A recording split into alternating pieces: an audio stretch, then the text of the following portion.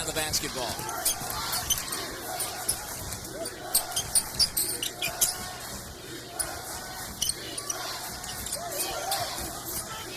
On the shot clock. Michael Bell off the dribble. Out of bounds, and with 6 seconds on the shot clock, Fairfield will keep the ball. And both these teams are really built around defense. Both teams will get out and put pressure on the basketball, especially those 2 point guards. Both those little guys get out and defend. Goody left his feet, and his pass deflected by Haddix. Out to Bell for 3. Now, Bell's a very good three-point shooter at 40% on the season. Their best three-point shooter. Antoine Jordan being guarded by Bell. There's that ball pressure led by the MAAC Defensive Player of the Year, Taekwon Goody. They figured coming into the season it would be a Fairfield guy that would win Defensive Player of the Year. But it's not Dengai, as he's missed the MAAC season with that ankle injury. Haddix no. Way up there for the rebound. Maxwell. Maxwell will clear space and go over top of everybody. Lefty, one of the better athletes from the wing in the league. You mentioned Dengai. He won the MAAC Defensive Player of the Year award each of his 2 years in the league as a freshman and a sophomore. But it's not a surprise that a Tim O'Toole coached team would have defensive stars. No, same for Rob Lanier. Both these teams are really built around that defense. Pressure forces a turnover by Haddix as he shuffled his feet. Well, he is Siena's leading scorer. He's come on strong in this his sophomore season. Averaged 16 points per game for Rob Lanier. Haddix was a preseason all-second team pick, and he wound up on the second team at the end of the season. Bell works on Andrews. Here's Thompson. Nice up fake. And Fairfield on the drive to the basket by Thompson has opened up a 7-point lead. And the biggest reason why Fairfield was able to hang together with the loss of both Dengai and also Terrence Todd was a play Rob Thompson, and he was rewarded with that first-team All-MAAC selection. Taekwon Goody is called for the foul. His first, and the first in the ball game. Now, St. Peter's used overtime to eliminate Ryder. Niagara used overtime to eliminate Iona. You were able to remember both those. I'm just quizzing myself, speaking aloud here. They all start running together after a little while. And now Siena and Fairfield. Going in. Jackson coming off his career high, knocks down a 3. It's amazing. All of a sudden you get yourself on a roll on the offensive side. Your confidence is up. He's a 31% three-point shooter. He had the 17 points last night against Marist, and he's got the first 3 for Siena here tonight. Outworking Miller for the putback. Maxwell just active on the offensive board. We saw the great rebound at the defensive end where he went over top of everybody. Siena, one of the best rebounding teams in the country, but Fairfield, with Maxwell getting after it, climbing right over the top of Miller, and Miller flat-footed as Maxwell got the putback. And Maxwell, just a 6'5", very slender post player, outworking Miller, who is 6'8" and over 200 pounds. And Miller in the top 10 in the league in rebounding, but he was outworked there by Maxwell. This was one of the keys for Rob Lanier coming in. He thought that they would see a ton of full court pressure from the Stags. And to make sure that Jamal Jackson made good decisions with the basketball like he did last night. This is Jamal Jackson pulling it back out with 15 on the shot clock. Antoine Jordan driving on Bell. Missed the floater, but an offensive foul, and bodies are piled up. Miller and Thompson wound up on top of each other. That's the first foul on Antoine Jordan, and the second against Siena. This Fairfield team has really taken on the identity of their coach, Tim O'Toole, a guy who would give up his body and step in and take a charge in his playing days in a Fairfield uniform.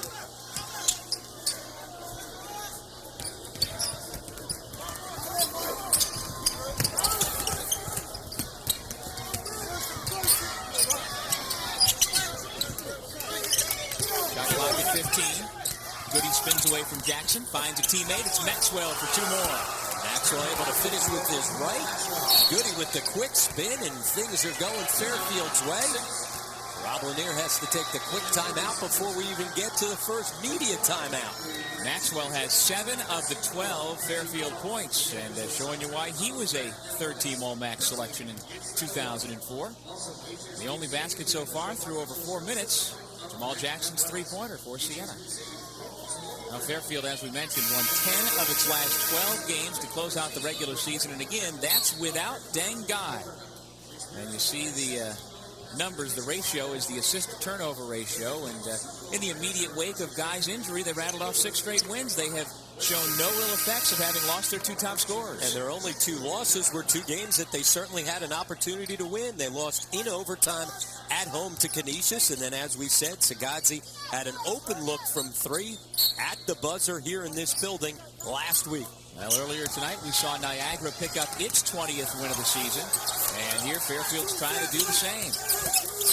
Jordan with the pull-up. Bodies flying everywhere. Goody goes flying into the press row and is able to save it. Yeah, that wasn't good hustle. That was great hustle. That was the speed of Goody to track down the basketball. I thought you were going to say it wasn't good hustle. It was Goody hustle. And indeed it was. Thompson off the glass and in. Rob Thompson, a guy that's known for his face-up abilities and his low-post scoring, putting the ball to the floor and getting by people. Right now, Fairfield just taking it to Siena. The Saints down 9 on their home floor right out of the blocks. Rob Lanier is going to go to his bench to see if he can get some energy off the bench. Here's Miller. Skip pass to Andrews. And he hits the 3. That one had hang time. Siena with 2 threes so far. That's all they've been able to score. Meanwhile, as we said, they typically like to go inside to Haddix, and when they've done that is when they've been most successful. Especially playing inside out. If they're going to drop people in on Haddix, then you'll get some shots from the perimeter. Sigadzi picks up the dribble, finds Thompson. No double team on Thompson there. Let Haddix go at him one-on-one. Shot clock winding down. It's at 5. Sigadzi forces it up. And that's a shot clock violation. And now we get to that first break. But Rob Thompson and the Fairfield Stags have come in here to the Pepsi Arena showing that they mean business. Up 8 early on the MAAC Television Network. 450 years of Jesuit tradition are woven into a Fairfield University education, an education characterized by academic excellence and service to the community. Fairfield's success is fostered by a caring faculty that knows their students as individuals. Located just an hour from New York City, Fairfield University combines a park-like campus conducive to learning with the city's cultural and career advantages. Fairfield University, where education reflects the challenges and opportunities of a changing world. 14-6, Fairfield with the early lead, and as we mentioned, Siena won its opening round game last night behind the play of senior point guard Jamal Jackson. Oh, he set the tone early on with his defense, able to come up with steals and finish in transition, but he did it both ends of the floor. Defense, created offense at the other end, was able to finish. Had a career-high 17 points, made great decisions with the basketball.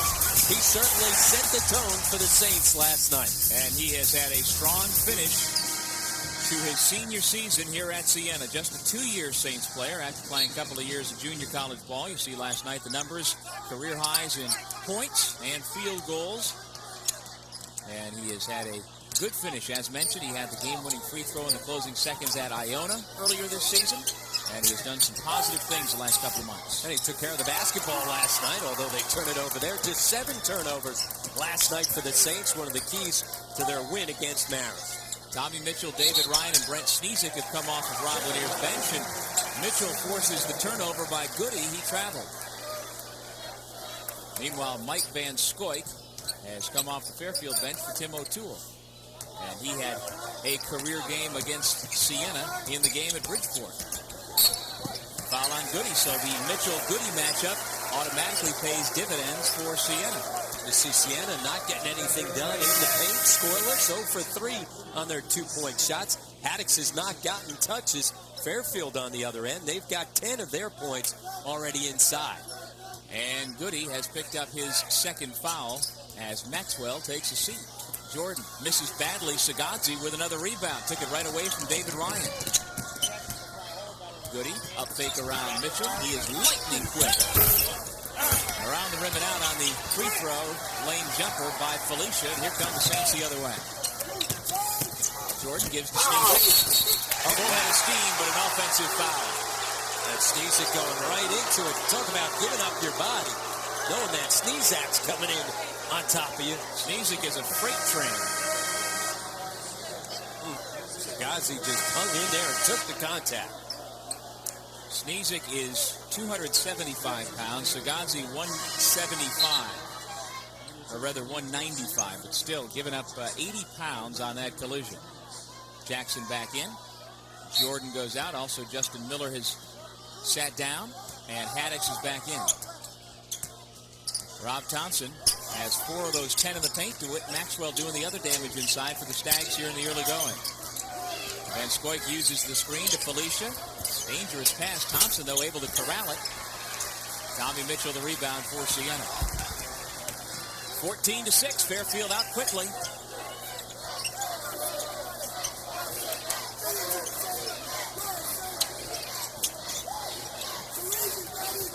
Trying to find Haddix inside. And Thompson is called for the foul.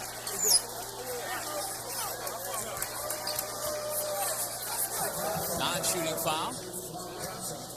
That's the first on Thompson, third against Fairfield. Thompson, Van Scoik, Bell, Felicia, and Sagazzi on the floor for the Stags. Jackson double-teamed off the inbound and throws it right to Van Scoik. And Ryan ties him up. It's called intentional in unison. Both officials agree that is an intentional foul, and Rob Lanier, along with the folks here at the Pepsi Arena, don't like it. He made a play on the basketball. Even though he was coming from behind, it was not a hard foul. I can see why Lanier's upset. Off the double team, off the baseline, out of bounds. Ryan right there to give up the... I don't believe that. I don't think that's an intentional foul. Ryan gets himself and makes a play on the basketball. Van Scoik makes the first. Yeah, hard to believe when you've got 90% ball, 10% hand. Made a play on it. You're obviously going for the ball. Yeah, you're hustling back, getting involved. Van Scoik, a very good foul shooter at 83%. This is the second. Two, yeah. There's Ryan, who was called for that foul. Sneezik goes out. Michael Beers comes into the game, and Tommy Mitchell goes out. So Rob Lanier really shuffling the deck here early in the first 7.5 minutes. Bell is called for the travel.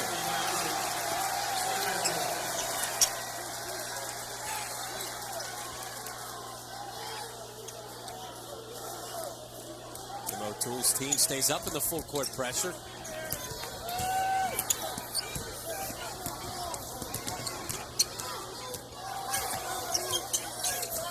Jackson runs the point.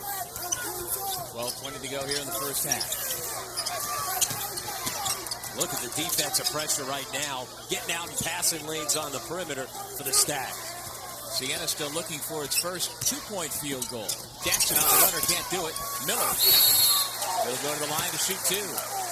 Well, certainly that's the strength of this Siena team. They get after it on the offensive glass. When the basketball goes up on the rim, it's in play.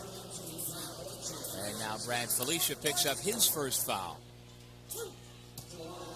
Once again, just fighting for position, and that's what Miller does. He's a warrior, gives up his body, throws it around, always looking for contact. Miller connects on the first. Jordan replaces Ryan. Justin Miller, a 6'8" senior from Lakewood, New York. That's out in western New York. You see his very solid numbers. And this is final year at Siena. That's a perfect description. He's just a solid guy. You know what he's going to give you game in and game out. Terrific post defense. Going to give you 7-8 rebounds. And he dates all the way back to the Paul Hewitt era here at Siena. He was recruited by Hewitt State.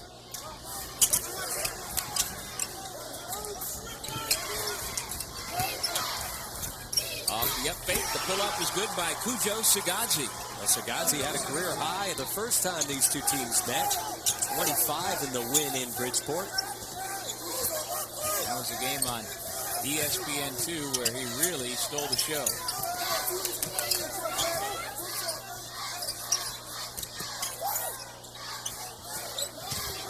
Beers. Well short on the three. Here comes Sagazzi trying to push the tempo. Jackson right there in his hip pocket.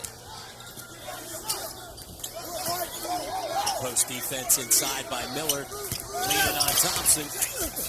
Van Scoit open to draw the foul. Missed the shot. Here comes Siena back the other way. Antoine Jordan. He's got Haddix with him. A great feed by Jordan. The presence of mind to know that Haddix was running with him. Haddix with his first field goal. 17-9. Fairfield's lead is 8.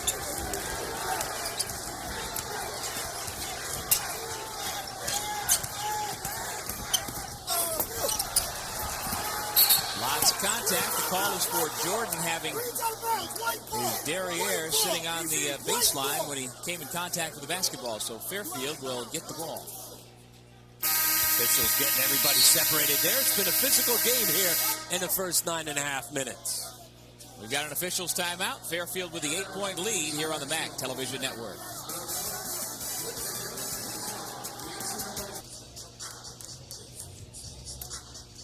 HSBC is proud to sponsor the HSBC Family Section.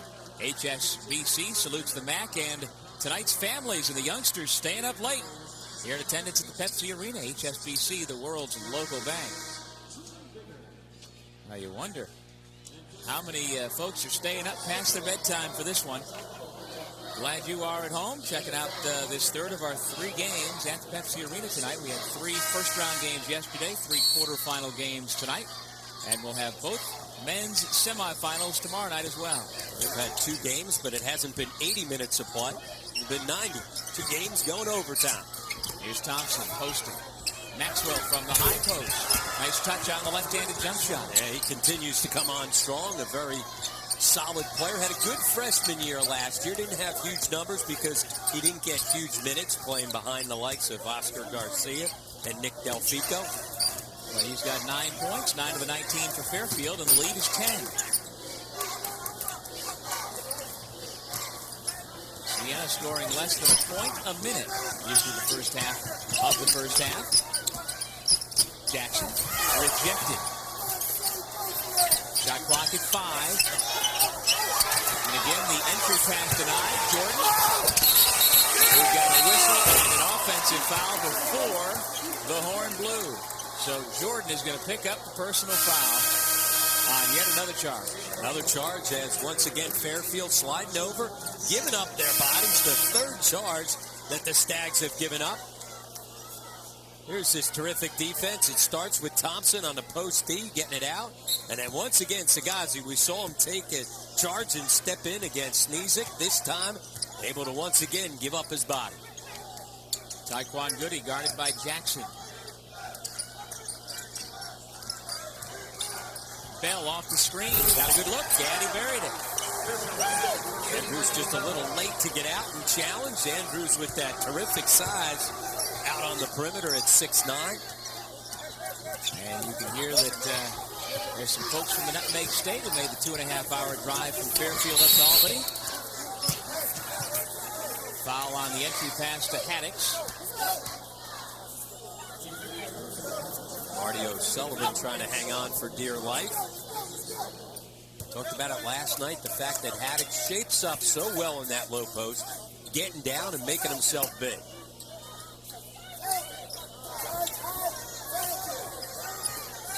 Gary Holly Jr. has also come into the game for Siena.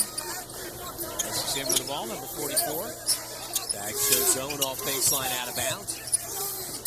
Come out of the defense, though. They're aggressive out in passing lane. Again, Sagazzi getting his hand on one of those passes. That aggressive defense keeping Siena down to 30%. Andrews off the dribble. Mitchell has it knocked away by Maxwell, who couldn't save it.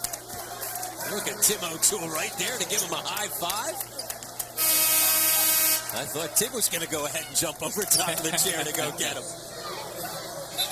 Miller replaces Holly. Well, indeed, there is no more intense a coach in the country than Tim O'Toole.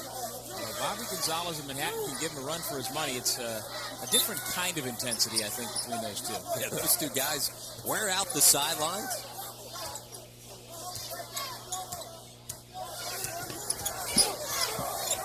Mitchell, wide open look. O'Sullivan gets the rebound away from Haddix. Quick up ahead. This is Maxwell who gathers and lays it in. And great gather out in transition. The athleticism of Maxwell to make that catch and finish. Fairfield right now having their way with Siena. Rob Lanier needs to take another timeout. His team has not come out and responded to Fairfield's intensity. 23-9. This looks more like the first game between these two teams in Bridgeport than the last game between these two teams last week here at the Pepsi.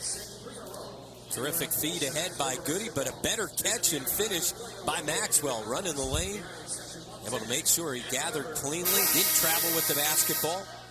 And right now, Fairfield, the team with a lot more energy and enthusiasm, just going right at Siena. And clearly, DeWitt Maxwell is the player of the game at this point. He has outscored Siena all by himself.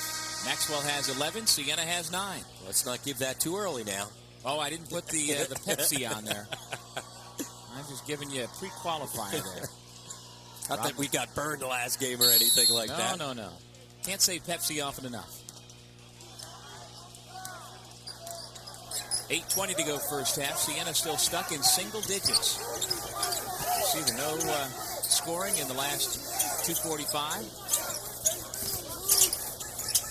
Jamal Jackson, pull up from 17, around the rim and out. Miller gets on the floor with two of his good friends from Fairfield, and it's Stags basketball. Miller was the last to touch. And it's been physical. Both teams getting after it. Three guys go down to the floor, and Fairfield once again bounces going their way here in the first 12 minutes. Goody, Bell, Sagazi, Maxwell, and O'Sullivan on the floor for the Stags in their home white uniforms as the number 3 seed here in the MAAC tournament. And it goes zone and gets a steal. Mitchell.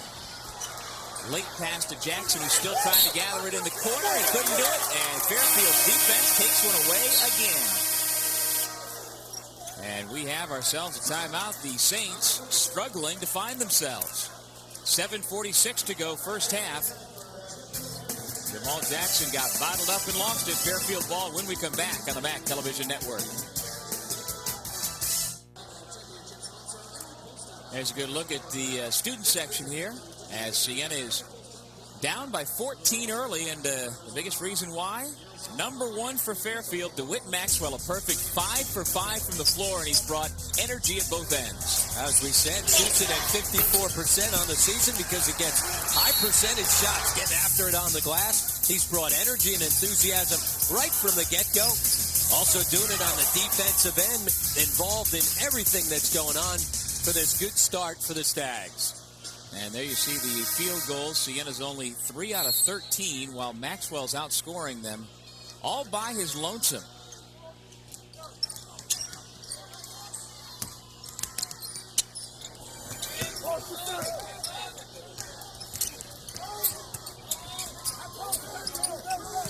.20 to shoot. Bell with a jump pass off to Maxwell. Out of the zone, you got to make sure you find Bell from out at the three-point line. Thompson from the high post. Reset the shot clock.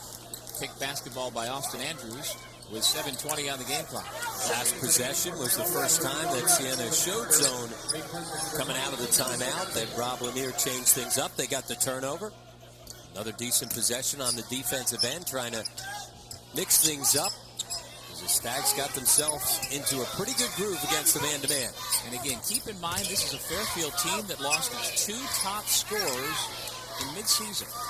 The best perimeter player, and Terrence Todd, who was having a terrific sophomore year, and then Deng Guy, a guy that totally changes the game both ends of the floor, especially with his defense and shot-blocking ability. Beers fouled from behind by Carter, who's just into the game. Alvin Carter picks up the personal foul. And there was hope that Dengai would be able to make it back in time for the MAAC tournament when he went down with the ankle injury. But it's turned out that he's just started running in his rehab. He has not been able to really fully practice, so it wouldn't be fair to him or the team to try and rush him back. And certainly with the way the team's been playing, there's no urge to rush him back. No, absolutely not. And obviously, he's still got plenty of time left at Fairfield. Next year, obviously. Spears got a shot blocked by Maxwell. He tried again and got it blocked again. There goes Thompson. And he is wrapped up. And he'll go to the line to shoot two. How about Thompson covering ground, getting out and running the floor. The big guy took a hard foul there. Doesn't worry about it. Just he'll step to the line. Good defense. Everybody coming in challenging as Spears gets by. Maxwell with yet another block. He's been all over the place. This is Maxwell's house so far. Sorry, Good Rob. to the last drop. There you go. Or block. One of them.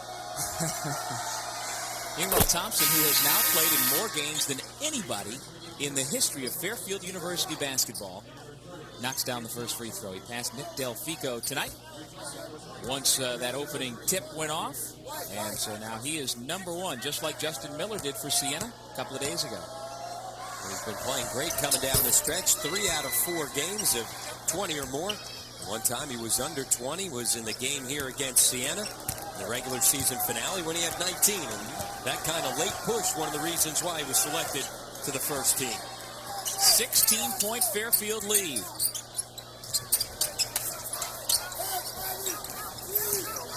Siena has 1 2-point field goal so far. It was on a 2-on-1 break. Haddix with a layup. Jackson misses the deep 3.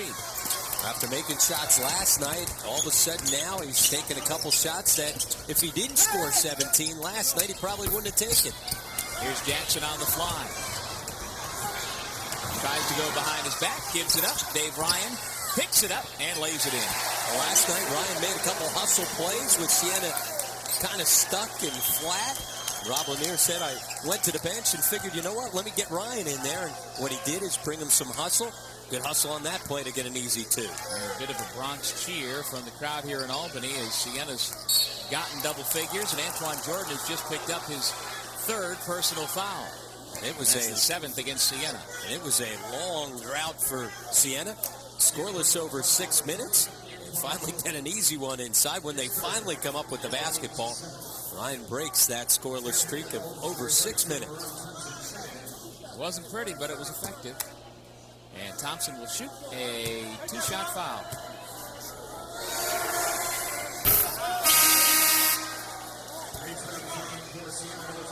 Jordan goes out with that 3rd foul.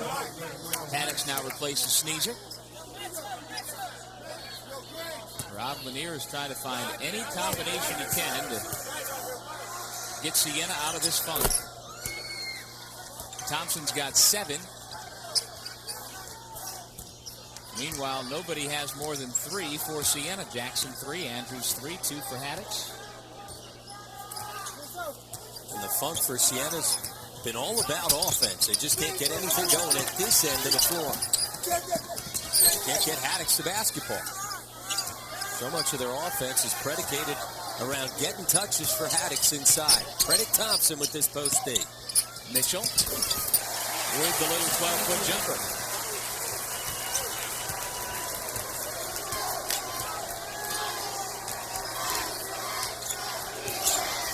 Under 5 minutes to go first half. Maxwell finds Thompson with the high post jumper. Ryan with the rebound for Siena. He's triple teamed, looking for help. And now he dribbles away from it. And the crowd sensing that Siena's starting to get some life. They try to help out by getting involved.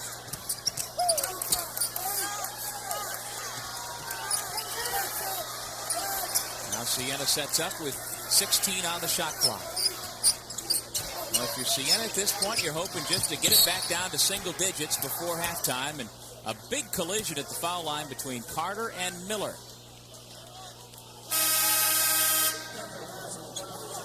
This is a Fairfield team that's done this to people on the season, just locking them up defensively. They held Ryder to just 40 points earlier this season in a MAAC game down at Ryder. Talk about holding the home team to just 40 points in a game. That's just that's defense. Absolutely. O'Sullivan's come back into the game for Fairfield.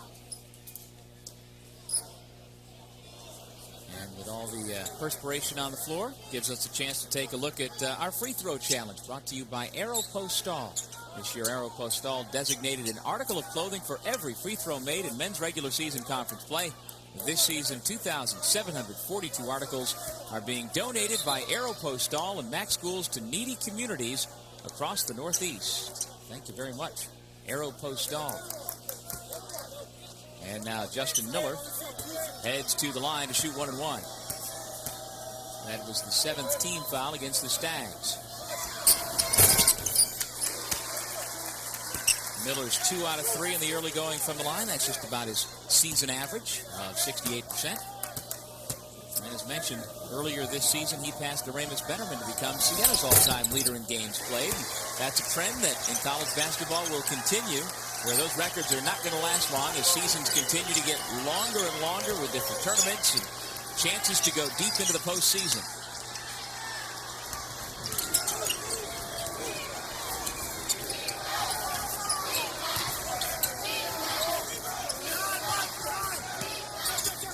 Maxwell bottled up, able to find Sugazi.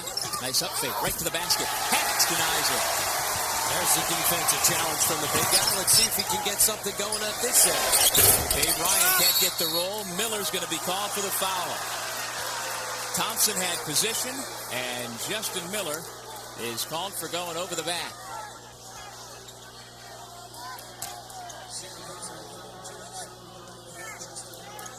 Well, Justin Miller just trying to make something happen at the offensive end. Ryan missed the open 3.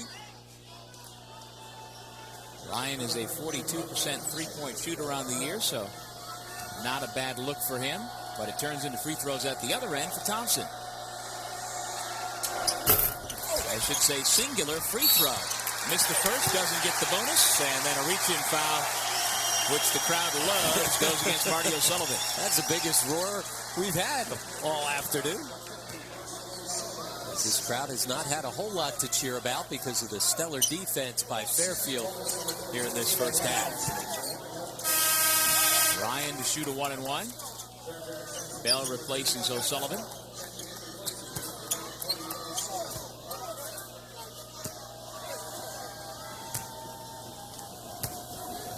Ryan's a redshirt freshman from Eastchester High School in Westchester, New York. And he'll get the bonus.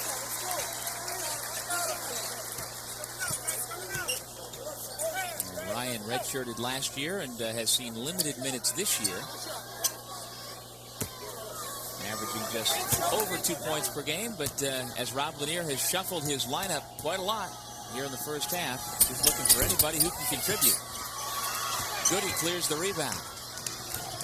Taekwon Goody listed at 5'5", 145 pounds, running the show for the Stags. Another turnover, unforced, and here comes Mitchell and the Saints. Jackson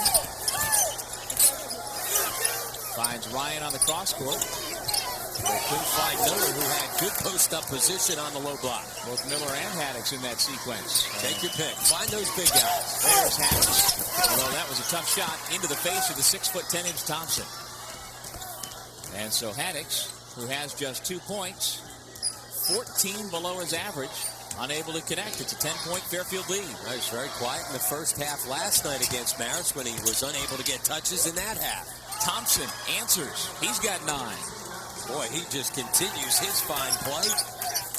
Another guy who shoots it at over 50%. Getting good high percentage shots inside. 2:50 left here in the first half. A holding foul called against Maxwell as he and Miller got tangled at the foul line. That's the 9th team foul against the Stags, so another 1 and 1 coming up for Miller.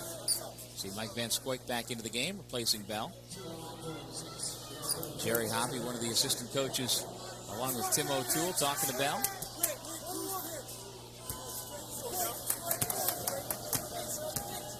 Miller is a 2-time MAAC All-Academic Marketing and Management major. Says he wants to be a lawyer someday. In the meantime, might be able to play a little professional basketball somewhere. A lot of young men out of the Metro Atlantic Athletic Conference make good living upon graduation playing pro ball abroad. Miller gets a pair, and we have ourselves a timeout. 2:46 left to go in the first half. So far, it's been all Rob Thompson and the Fairfield Stags. They lead it 28-18 on the MAAC Television Network. This game is brought to you in part by Broadway Marketing Mind-Bending Solutions. I Love New York. Show your love for New York State. And by GHI, healthcare coverage from A to Z.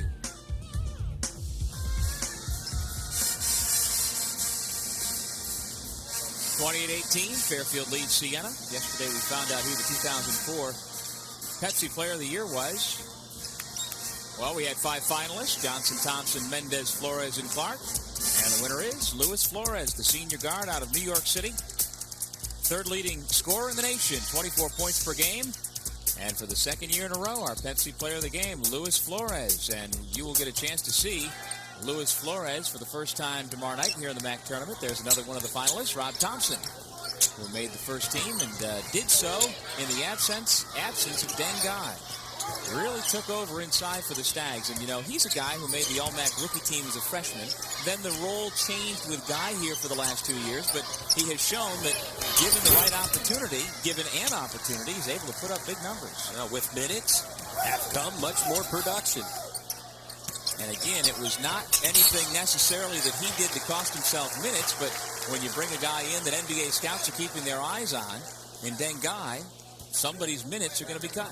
And absolutely, and obviously Tim O'Toole trying to see if he can get minutes for Thompson within that matchup, but he deferred to some of those seniors last year, including Azu Deng, who got minutes, and we talked about Oscar Garcia and Nick Delfico, so the minutes for Thompson just weren't there in that rotation amongst those front court players. Goody out. Bell back in. As Tommy Mitchell, the junior tri-captain from Tyler, Texas, puts up the second.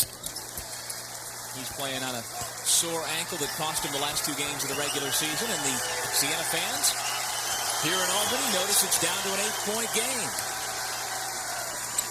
Big 2 minutes here. If Siena can keep this in single digits and get a little momentum heading into the locker room, certainly sets things up for an interesting second half. Bell off a nice ball rotation, got a good look, but Jackson clears the rebound and dribbles up himself. Jamal Jackson, a 5'9", 160-pound senior from Newark, New Jersey. Nice article in this morning's Times-Union about Jamal and what he has gone through in life. Ryan off the dribble on the baseline. Did that hit the backboard? I don't think so. Tough shot right there off the bounce. And all of a sudden, Tim O'Toole needs to take a timeout as it's Siena who's on the run. Fairfield uses a timeout. I think both teams were trying to call timeouts, perhaps. As we take another look at Ryan. Tough shot by Ryan. Tough angle. Able to get it to go with the defender hanging all over him. My eyes must be deceiving me. It didn't look like it it's hit been a long there. day. I could see that. Ryan, right, with 5 points now. And so he's helped to spark things a little bit here. Yeah, he's giving him energy, making some plays. We're getting close to midnight. Glad you're still with us at the 2004 HSBC MAAC basketball tournament. Doug Sherman and Rob Kennedy, along with our crew, aging rapidly as we watch the Saints take on the Stags. Now, it's a good night of basketball, and we had 3 good games last night. 2 overtime games in the quarterfinals so far here tonight. This one looked like it was going to be one-sided. A 16-point Fairfield lead, though, has been cut down to 6. Well, Siena coming out and doing the job defensively. It was Fairfield's defense that got them out to the big lead. But now, the zone defense, Rob Lanier switching things up, a team known as mostly a man-to-man team, but the 2-3 zone has changed the tempo and gotten Fairfield out of their rhythm that they had going against the man-to-man. Thompson backs it out. Fairfield struggling to find an opening in that zone.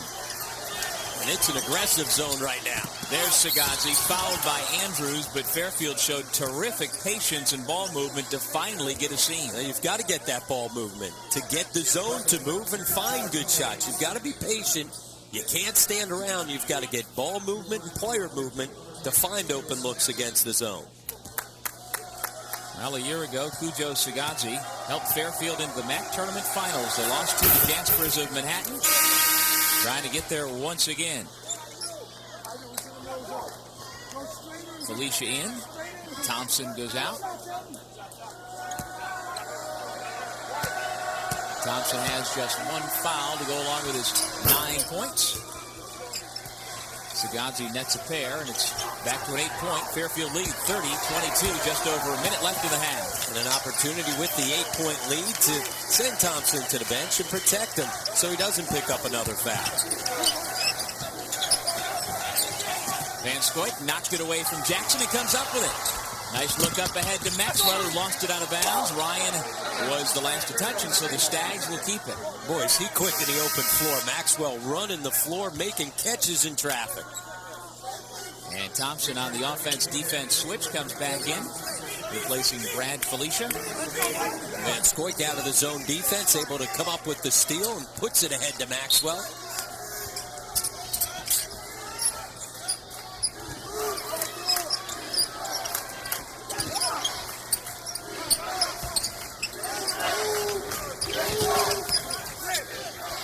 Shot clock at 20. There's that good ball reversal and ball movement. Trying to again find the seam and exploit it. There's Thompson at the high post. Had it double blocked by Sneezik and Ryan. Still time on the shot clock. Bell puts it up. Down the rim and out. Ryan again active. And Siena with 18 seconds in the half have a chance to cut into that 8-point deficit. And they've been able to rebound out of the zone defense. Crowd gets into it. Let's see if Jackson can create as we saw so many times last night. There he goes. Offensive foul. That's the fourth charge called against the Saints, and with 3.6 seconds to go in the half, the Saints fail to capitalize on an opportunity. And Siena's got to realize that if you get yourself into the lane, you better keep 2 feet on the ground, because Fairfield's going to slide over and give up the body to take the charge. And so plenty of time for the Stags to get a good shot, although nobody's going to the ball. Here we go. Sagazzi with 2 seconds, 1 second. Maxwell at the buzzer. That's an air ball. Bell and Sneezik and Thompson and Jackson having words and bumping each other. Let's hope everybody gets to the locker room without any further incident. But DeWitt Maxwell, the catalyst for the Stags. And Timmy O'Toole's upset. He thought Sneezik got a shot in against Bell. Well, I think there was a little extracurricular going both ways, and the officials saw fit to call nothing. And Tim O'Toole doesn't like it. Well, we said he was fired up, and his team came out fired up and guarded right from the get-go. Terrific defensive performance from the Stags, holding the Siena to. This game is brought to you in part by Coach USA and Grayline, the best way to see New York City. By I Love New York, show your love for New York State. And by GHI, healthcare coverage from A to Z. The Siena College Pep Band hoping to provide some pep here as we head toward the start of the second half. Siena down 30-22 to Fairfield. And well, let's check the schedule tomorrow. The women's championship game will start at noon, which is about 12 hours and 11 minutes from now. Canisius will look to upset Marist, the number 2 seed against the number 4 seed. And then the men's semifinals tomorrow night. Number 4 seed St. Peter's against the top seeds from Manhattan, who should be well rested, in town up from the Bronx. And then the survivor of this one will take on Niagara. And it'll be interesting to see, Rob, how much the overtime games for both Niagara and St. Peter's takes out of them, and also how one of these teams in this late game responds to a game that's likely not going to be done until going on quarter to 1. Absolutely. That's one of the benefits of winning the regular season and getting the double bye into the semifinals. Oh, we're set for the start of the second half. Siena has Jackson, Miller, Andrews, Haddix, and Mitchell starting. For Fairfield, you've got Bell, Goody, Sagazzi, Thompson, and Maxwell. And it's Maxwell who leads all scorers with 11. Thompson has 9. On the flip side for Siena, David Ryan and Justin Miller have 5 apiece. And the Saints are picking up in the second half where they left off in the first. Well, they avoid the first trap out of the trapping zone defense and then get a kick to the corner, so Fairfield gets out of their man-to-man defense and takes a gamble by mixing things up with the zone. Mitchell makes him pay. Mitchell gets the start in the second half in favor of Antoine Jordan, and here comes Mitchell again. Jordan on the bench with 3 fouls. Mitchell will go to the line. Well, Siena was in the locker room for a long time. They didn't come out till about a minute and a half left to go on the clock, winding down. So obviously Rob Lanier had a lot to say in the locker room. He made the decision to start Mitchell in the second half, and it paid off. Mitchell knocked down the 3 this time, gets a steal, and makes things go in transition. And so Tommy Mitchell, the 6'3" junior, gets the roll on the first. He's an 81% foul shooter. We'll talk about his ability to jump when healthy. He won the slam dunk contest that the team held at their green and gold scrimmage. And he is playing now once again, Miller and Bell. And that's a carryover from the end of the first half where Sneezik and Bell got into it. This time it's Miller and Bell that get wrapped up. No call either way. Tough box out coming off the missed foul shot. They get tangled up, and then bang, they go down to the floor.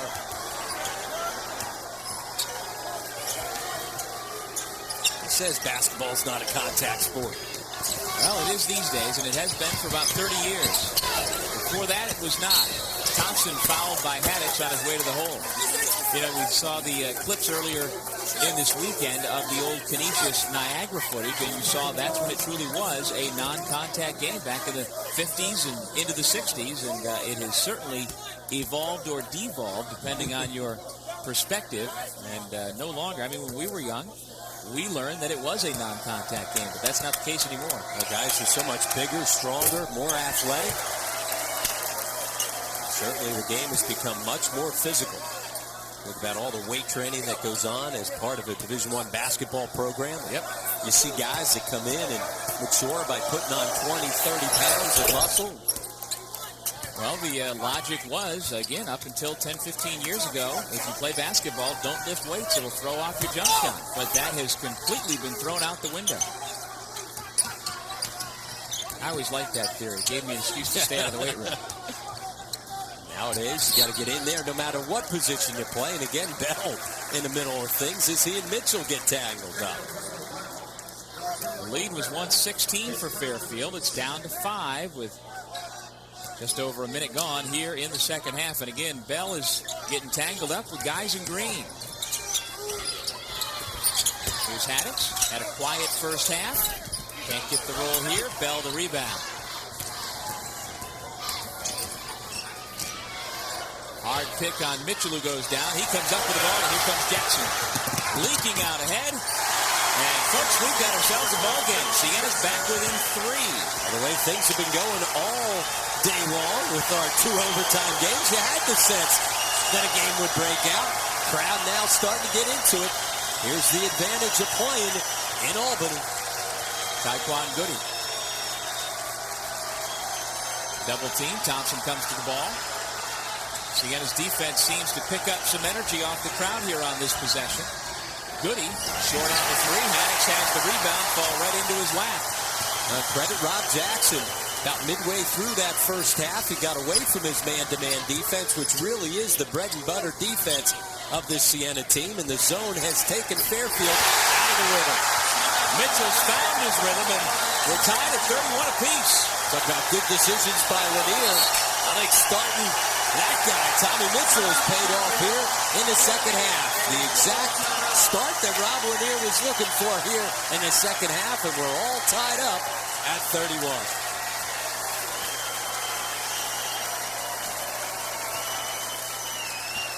There's Tommy Mitchell hitting the big 3, and this was supposed to be Tommy Mitchell's team.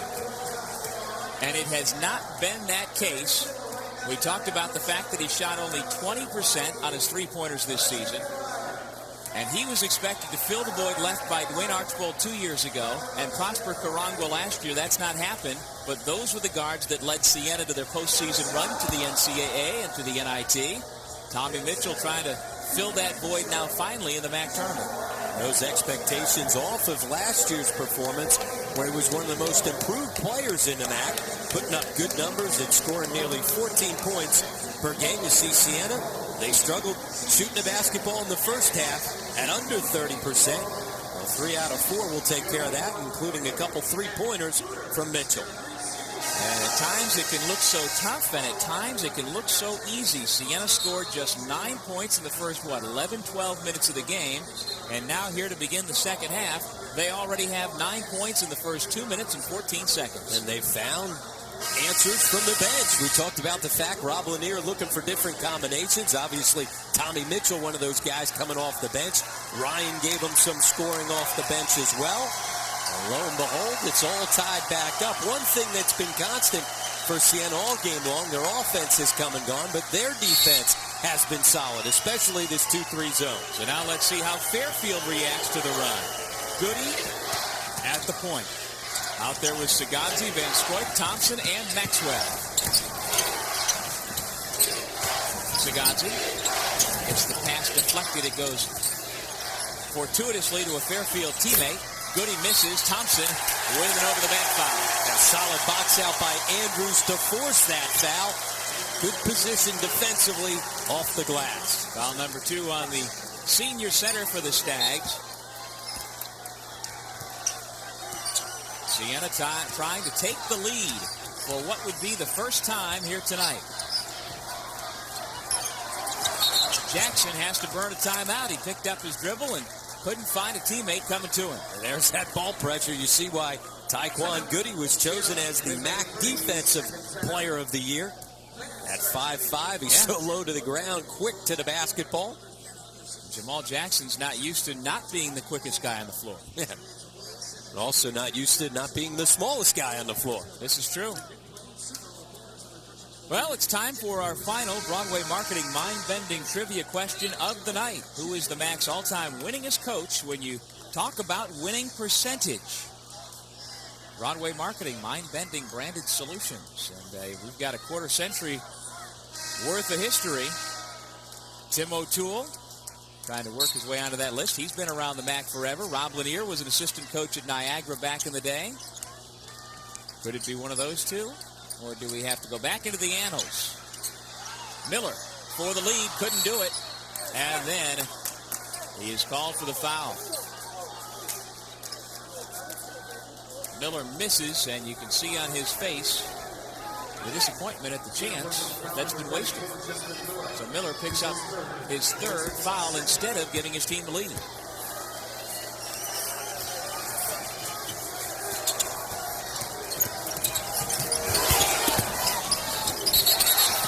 Jump ball. Credit Andrews and Haddix on the tie-up. Possession arrow keeps the ball with Fairfield. You can see Siena with a ton of energy right now, both ends of the floor. There's one of those guys that brings energy every time as Miller goes to the bench. Haddix from behind, the clean block. After just about every block and stoppage in play, two guys are getting tangled up. Quite often it's either Justin Miller and or Michael Bell. Van Scoik gives off to Maxwell. Had it blocked by Haddix. Maxwell keeps fighting and he lays it in. Great stick-to-itiveness by DeWitt Maxwell, and he's given the Stags the lead back, 33-31. Absolutely. He was the guy that got so much done in the first half inside. Once again, just staying with it long enough to get the finish. That's 13 points for Maxwell, sophomore out of Science High School in Newark. Haddix reties the game, 33 apiece. That's why you got to go to him. Keep feeding the big guy. Inside, one-on-one on the block as Goody was late getting down there with the double team. You can't handle him one-on-one. Seems like we've had more action in the first 4 minutes of the second half than we did the whole first half. Kind of like the last game, huh? Shot clock at 15. Van Scoik off the spin. Hits the jumper. Jackson gambled going after the steal. Got himself in bad defensive position and allowed Van Scoik an open look. 35-33, Fairfield back on top. Tommy Mitchell takes over the point. At this point, Jackson's still in there. Mitchell going one-on-one, jump pass to Ryan.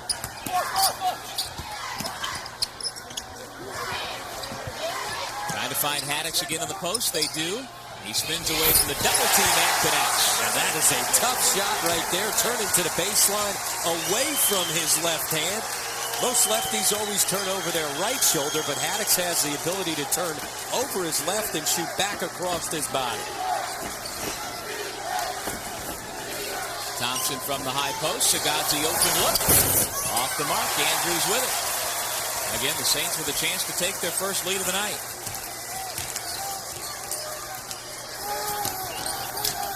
There's Goody with the steal. Took it away from Jackson.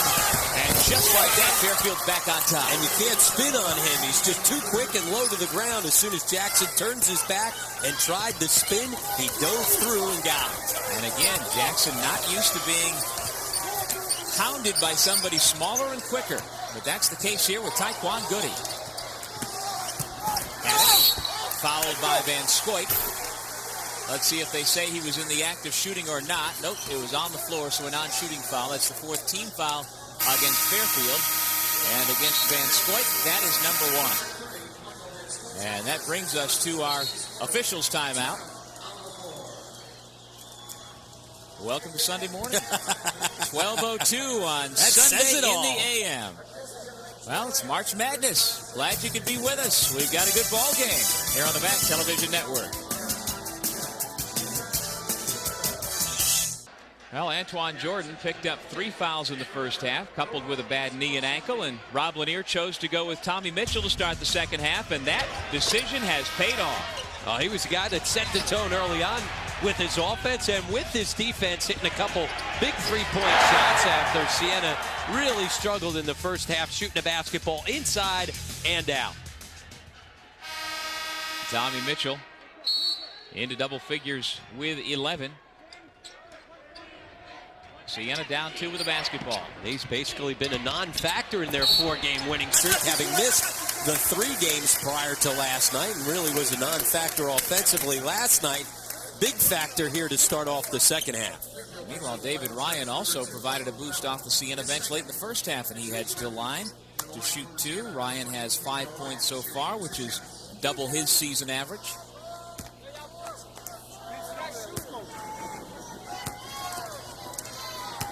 Ryan has not gone to the line too much this year. Only 7 times before tonight. Well, here's the answer to our Broadway marketing trivia question. Who is the MAAC's all-time winningest coach by percentage?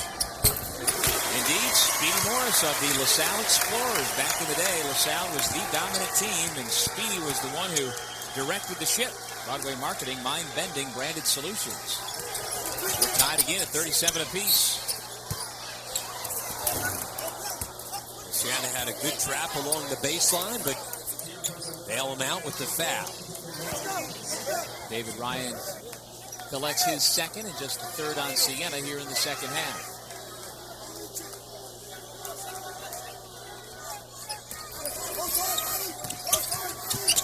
Van Scoik's pass taken away. Jackson with the quick hands. Haddix gets it blocked by Van Scoik, who picks up the personal foul, his second. Well, Haddix able to make the good catch in traffic, went up. Timmy O'Toole doesn't like the call, thought Van Scoik got all ball. How about the decision to give it to Haddix so far away from the basket? Well, he's got such great hands. Might not have been the best decision, but he's so good at taking care of the basketball in traffic. We talked about it last night. Such big, strong hands allow him to make up for things. Joe Sagazi in for Van Scoik, who just picked up a second. Meanwhile, Haddix tries again to give Siena its first lead of the night. He's able to do it. Siena has climbed back from 16 down to lead 38-37. Thompson at the high post. And a foul at the other end against Tommy Mitchell. Maxwell will shoot a pair. They've been able to work high-low against the zone defense when they've gotten the ball into the high post. Thompson's a good passer, able to fast face up. He's got good skills. Maxwell able to find space inside, and you see the foul from behind by Mitchell. Maxwell is a 67% foul shooter. He is now 1 out of 2 here this evening. A man who played his AAU basketball for the New Jersey Roadrunners.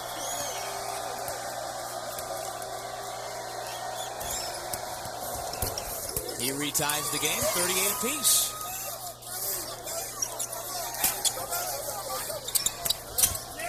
Fairfield trying to change tempo a little bit by extending their pressure defense.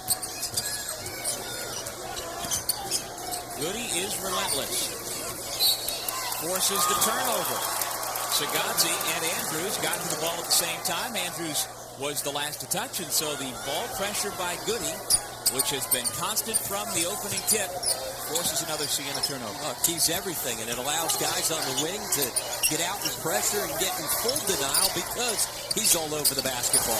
Good ball movement to find Sagazzi for three. And that was with Mitchell challenging, so Fairfield retakes the lead. 7-4 Sagazzi, 41-38 Fairfield. The full court pressure has bothered him. It's given Fairfield some life. We've seen the run start with energy. Haddix able to save it. And the Saints barely get it into the front court safely to avoid the 10-second violation. 13-10 to go second half. See Goody bothering Jackson. Just making it tough to get into the offense. Shot clock at 10. Jackson's left alone. Goes to the left hand and had it blocked by Maxwell.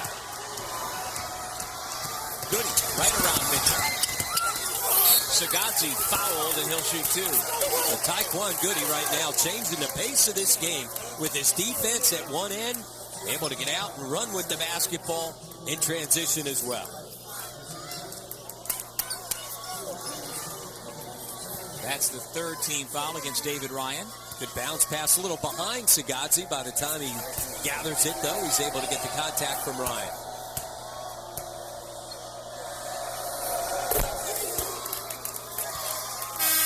.38. Miller, Felicia, and Jordan come in to the game. Thompson, Andrews, Van Scoit go out. Carter will come back in as well for Fairfield.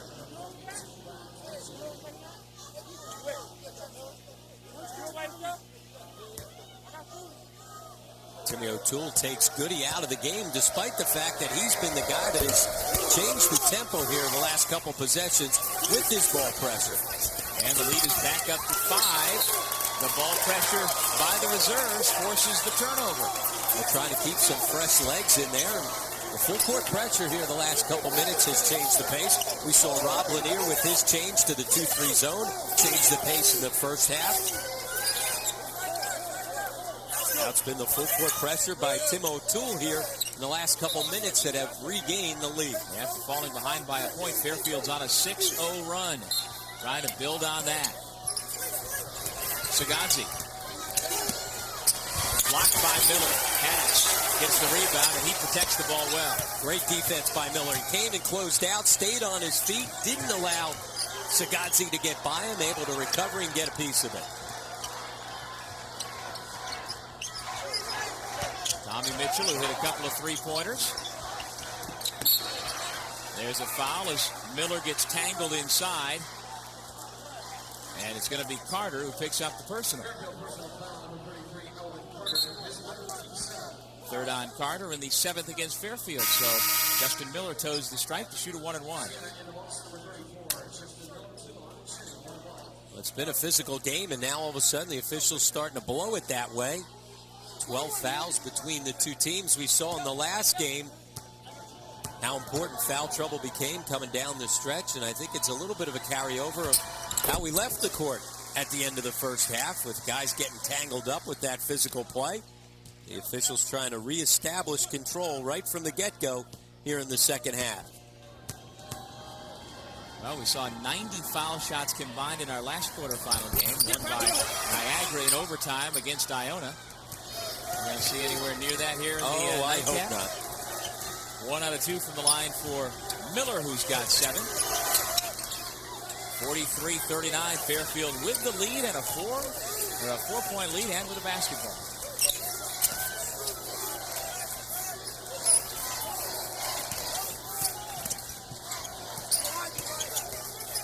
Bell from 20. There's a big three-pointer. It's back to a 7-point lead for the Stags. And certainly energy and momentum back in white. Green had it there for a little while when Mitchell was able to step up and change things early on in the second half. Big three right there from Bell.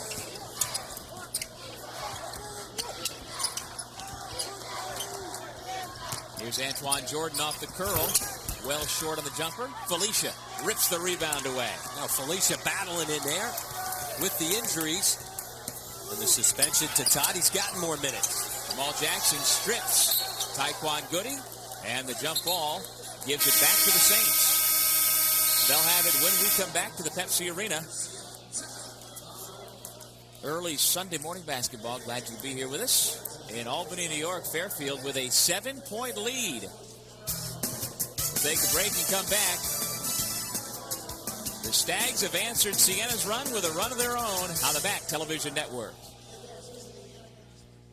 Fairfield with a 7-point lead as they've responded to the Saints' run with a run of their own. The New York Lottery MAAC Scholar Athlete of the Year is Toby Foster of Canisius. This year, the New York Lottery is providing new computers to elementary schools on behalf of the men's and women's Scholar Athletes of the Year. Winners are selected based on GPA, community participation, and good sportsmanship. The New York Lottery, supporting education since 1967, salutes Toby Foster for his achievements.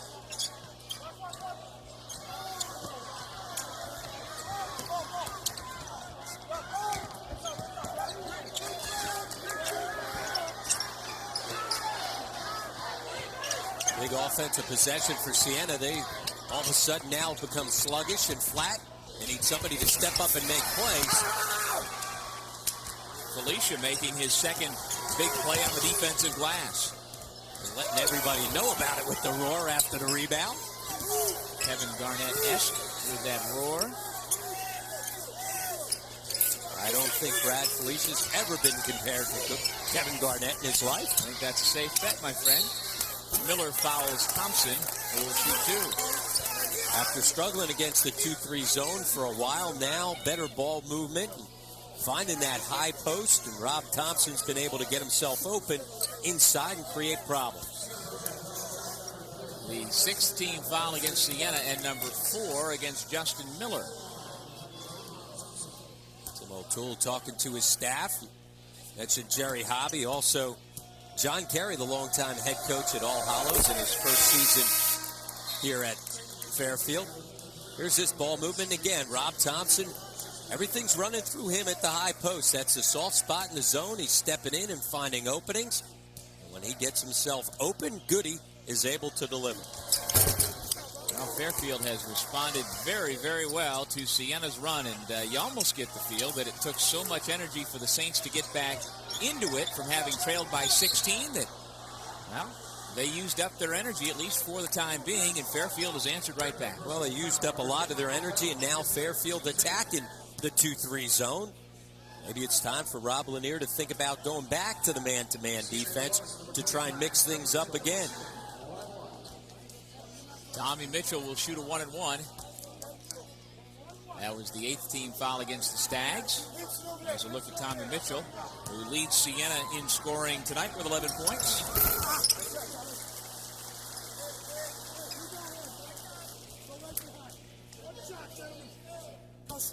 Both teams up over the bonus with 10.5 minutes left to go. Obviously, foul shooting will be a key. And another foul on Sneezik, who reached over the back. Well, you asked if we'd get to 90 foul shots. At that pace, we will.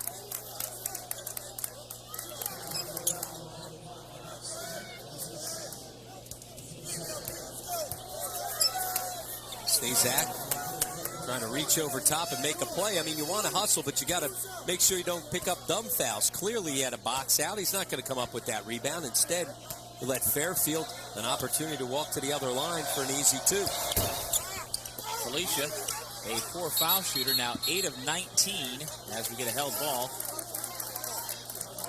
Well, Felicia has a good feel about the Pepsi Arena floor. In the regular season finale on February 28th, he had 14 points against these same Saints. And he has not done the scoring so far here tonight, but he's done the work inside, the dirty work. About 20 of his 61 points on the season are against Siena, so he certainly likes playing against the Saints. Now Thompson's going to be whistled for the foul. That's his third. Hey, if you're boxed out, just let it go. Get back to the other side. You can't keep coming over the top and allowing opportunities at the foul line. Wonder if Juan Mendez is still in the building. He was the only one left in the last game after everybody fouled out. We might need somebody to step up at this rate. Fouls are becoming a problem. You've got to adjust to how the game's being called. First half, they let them play a little bit more physical. But again, after we left the floor, at the end of the first half, you saw that the officials wanted to try to reestablish control and make sure that they had a quicker whistle here in the second half. Back into the game, DeWitt Maxwell replacing Thompson. Their two leading scorers here tonight. Meanwhile, Sneezik, a junior out of Broad Alban Perth High School, here in the Greater Capital District, at the line trying to hit number 2.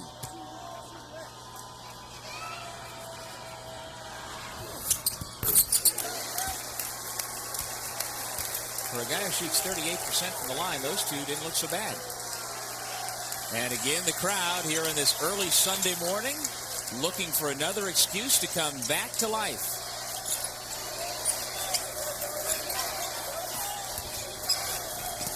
Goody drops it off to Felicia, who mishandled. Jordan picked it up. Here's Jamal Jackson. Goes right around the defender and lays it in for 2. Now, smart play by Jordan to get the basketball ahead into Jackson's hands instead of trying to advance it himself with the bounce. That's 7 for Jackson, and smartly, Fairfield uses a timeout to get Thompson back in. And again, it's a game of runs, the ebb and flow, and try to stop this latest flow for Siena if you're Fairfield. And these runs have been all about energy. One team or the other getting on a bit of a run and then feeding off defensive plays. Once again, a turnover and smart play by Jordan to get it ahead. Make sure that Jackson's able to go by Bell and finish in transition. And you can see Bell, as we've seen with several Fairfield players, set up, expecting to take a charge, and then the offense went right around him this time. And Jackson able to jump across and slide by the defender to make sure he avoided the contact. We're just past the midpoint of the second half in our nightcap of this MAAC quarterfinal triple header Saturday. And Fairfield and Siena trying to pick up that final spot in the semifinals. Not quite as efficient as he had in last night's opener, but nonetheless, Jamal Jackson providing a spark here of late. Thompson goes to the jump hook. Jordan with a rebound. Again, it's that same spot right on the elbow in the high post, but this time with the right-handed jump hook a little too far. Jordan into the paint. Count it and 1. Off the glass, and the foul against Sagazzi.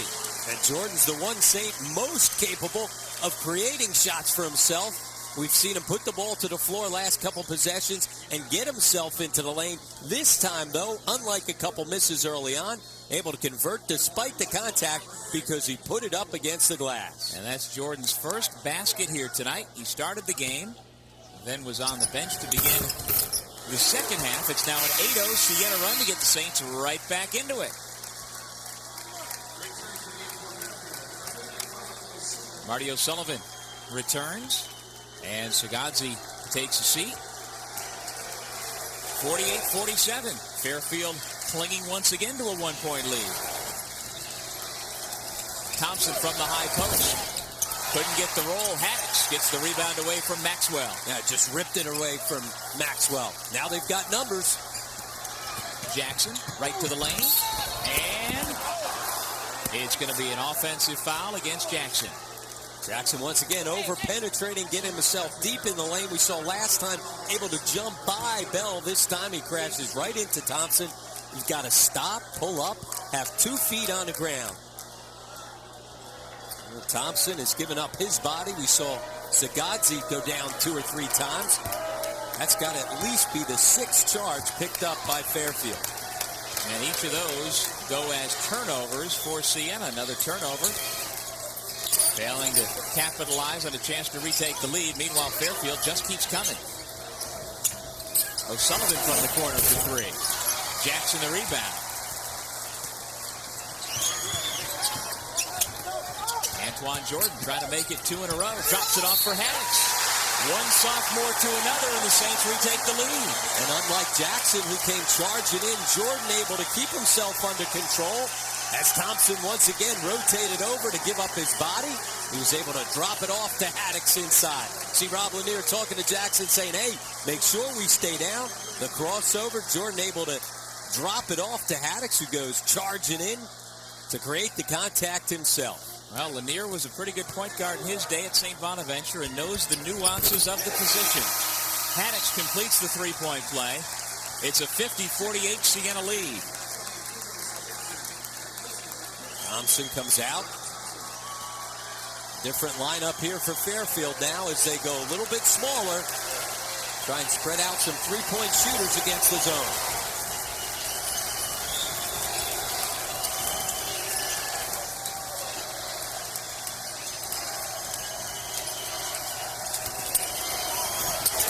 Picks up another block from behind. Siena's done a nice job of shutting down DeWitt Maxwell, who got off to such a terrific start here tonight. Right now, they're playing off the energy that's back in the building. That would have brought the house down if Haddix were to connect. Instead, Fairfield comes back with a chance to retake the lead. How about our run tonight? 3 great games. Really, when you look at all 6 games so far in this MAAC tournament, they have been well played. You got that right. All competitive and right down to the final couple of minutes. Jordan, knifes to the basket. Can't get the roll. Haddix, blocked. Jordan is going to go back to the line. Now, Jordan sat for much of the end of the first half and into the beginning of the second half with foul troubles. But since he's gotten himself back in here the last couple minutes, he's been the spark. It was Tommy Mitchell who was the initial spark to start the second half. And here, as of late, it's been Jordan getting things done, this time off the offensive board. Well, Jordan and Haddix, along with Paul Williams, who doesn't see much playing time this year, last year were the most prolific freshmen as a class in Siena history. And here's a little piece of it that you're seeing here. Jordan and Haddix coming together in the second half for Rob Lanier. Gotta love Jordan's routine there, the little bounce. It works for him. One of the best shooters from the line in the MAAC. He leads the MAAC in foul shooting percentage and gets 2 there to stretch it out to a 4-point lead. We've got a timeout. 7:36 to go here at the Pepsi. Siena's taking a 4-point lead. The home folks on their feet here on the MAAC Television Network. See, those fans see it's Miller time, although they're missing an L in there. Or is the big guy in the middle got 2 He's L's? big enough for 2. Excellent. He's big enough for 2. All right, it's time for tonight's game summary brought to you by Pontiac, the official performance machines of the NCAA. And neither team will put this one in the time capsule in terms of how they shot the ball. But second half points and bench points, namely Tommy Mitchell, has been the difference here in the second half. Well, Tommy Mitchell and Ryan combining for 19 of those 21 bench points. They have really stepped up. Ryan gave them energy off the bench when they were dead in the water, and then Tommy Mitchell was the spark plug to get things started here in this second half. And with that, the fans here in Albany, as we near 12:30 in the morning, making some noise.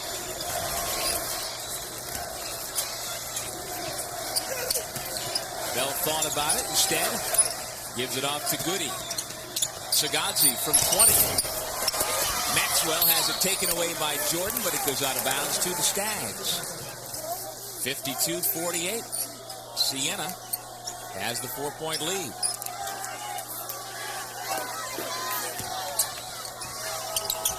Goody off to the left. Haddix with another rebound.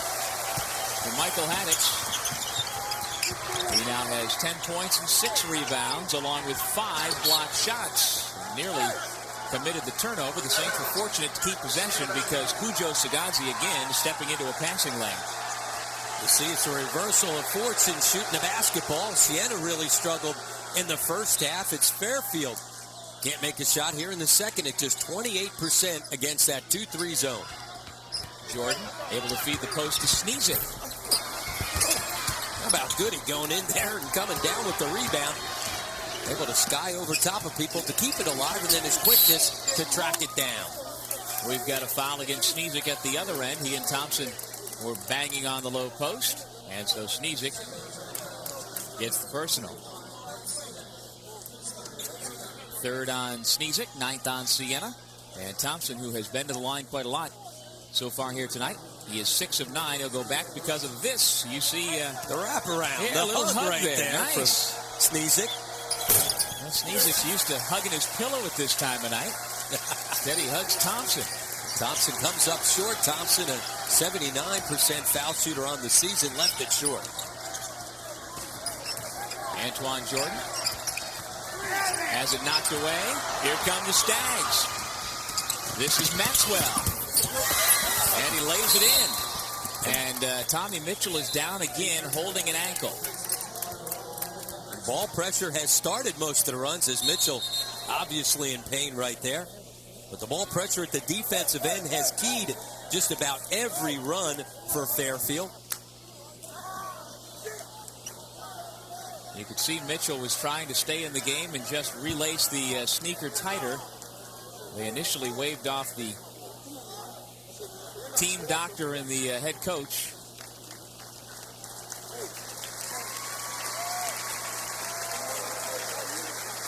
And so the man who sparked Siena at the start of the second half hobbles off here with 6:23 remaining. Here we take a look at number 25 on the right side of your screen, and there's where it gave out.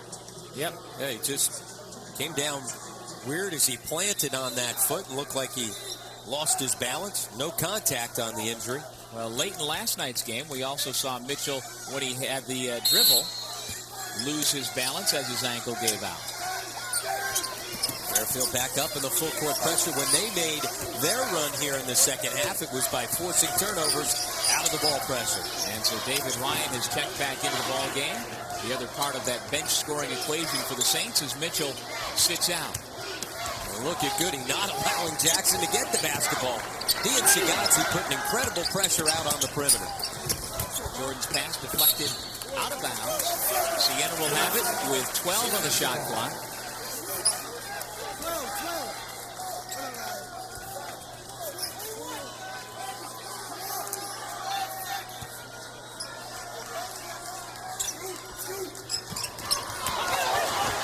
Brent Sneezik able to track it down to the backcourt.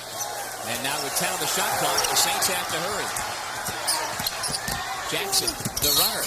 Offensive foul again as Rob Thompson just stands there and waits for Jackson to come crashing home. And you got to learn your lesson. Obviously, he's going to give up his body and just hold his ground. Thompson continues to just step over and make big defensive plays. Jackson now with 7 turnovers on the game. 4 fouls. A lot of those fouls have been turnovers coming charging in. I would say at least 3 of those 4 have been charges. Sneezy checks out. And Tommy Mitchell is going to check back in.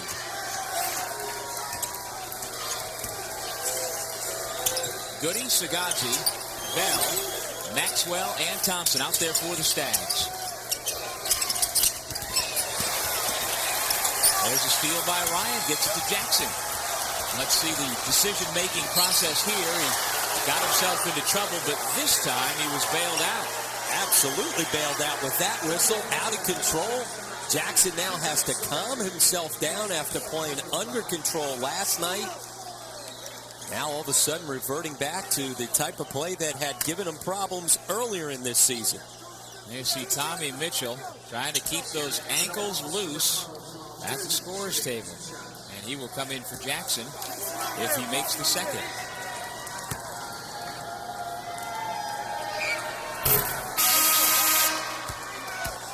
Well, he's going to come in for Ryan instead, so Jackson will stay in. Ryan goes out. And we'll keep an eye on how much that ankle hinders Mitchell. 0 for 2 from the line for Jackson. The lead stays at 2, 52-50 Siena.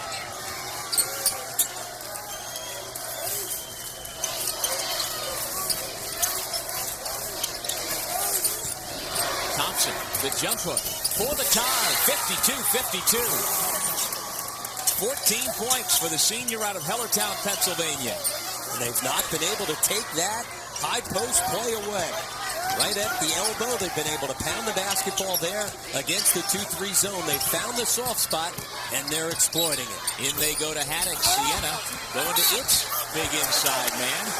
Mitchell will shoot two after getting the offensive rebound. The ankle, as we take the isolation look, holding up all right. Well, it starts with the positioning, able to step in and run Bell deep into the lane, got the inside spot. Mitchell able to come off the mat. You see the taped up ankle. And in spite of the injured wheel, Mitchell continues to shoot his free throws at a good rate. Tommy Mitchell is 5 out of 7. Jackson goes out. And Ryan comes back in. Bell the rebound, 53-52. Fairfield trying to reclaim the lead with under 5 minutes in regulation. If Siena makes an adjustment to try and keep the ball out of Thompson's hands on that high post. Miller's back in the game, playing with 4 fouls. Shot clock is 13. Maxwell, nice pass to Goody, in with the big boys. Pulls it back out to Bell, swings Sagazzi. The tip by Goody out of nowhere. The little man hustling all over the place. But Jordan winds up getting the long rebound. Antoine Jordan going to the baseline. What a block, and here comes Goody.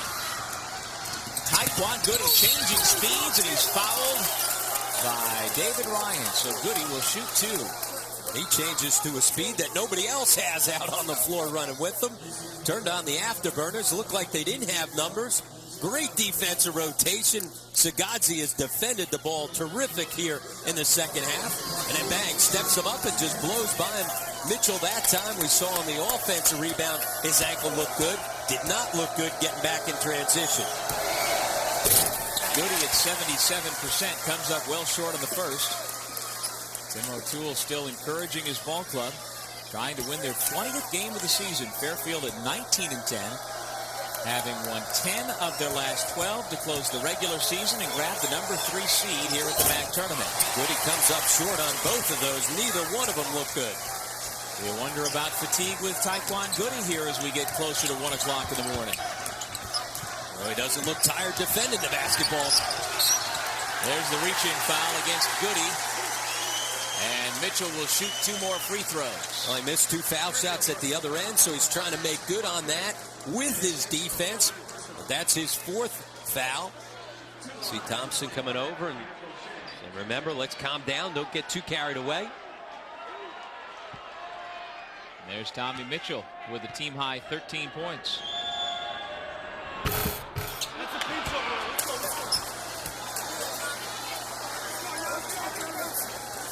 Again, how much does the ankle impact the shooting? From the point where I said he was shooting well, he's missed 2 in a row. Gets that when he's 6 out of 10 from the line tonight. And we have ourselves an officials timeout. 3:53 to go. Siena holding on to a 2-point lead. The winner goes to the MAAC semifinals here on the MAAC Television Network. This game is brought to you in part by Pepsi. It's the Cola. By HSBC, the world's local bank. By the New York Lottery, New York Mega Millions, dream bigger. And by FYE for your entertainment. If you like bonus basketball, you've come to the right place. Overtime in our first game tonight.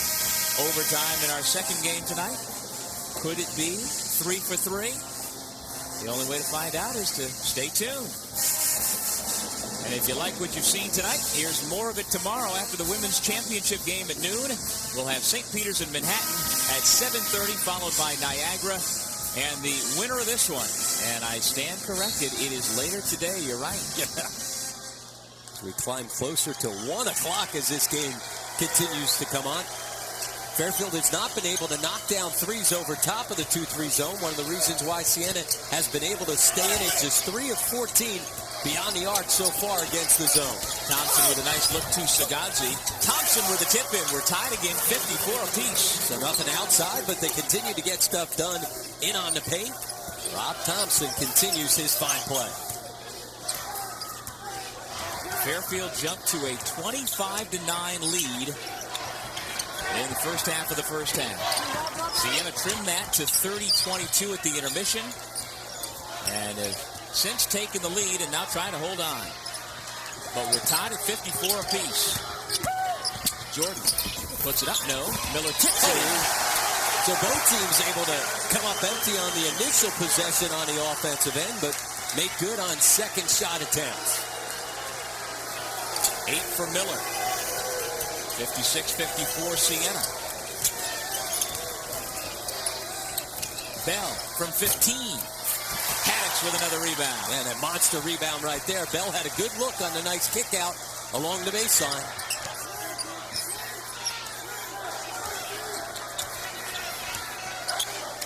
Two and a half minutes to go.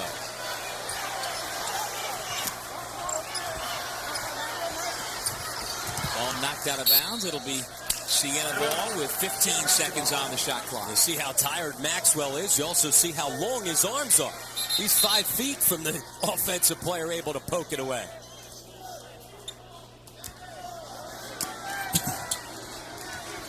See, Fairfield, their inability to knock down threes has allowed Siena to stay in the 2-3 zone. Shot clock now winding down under 10.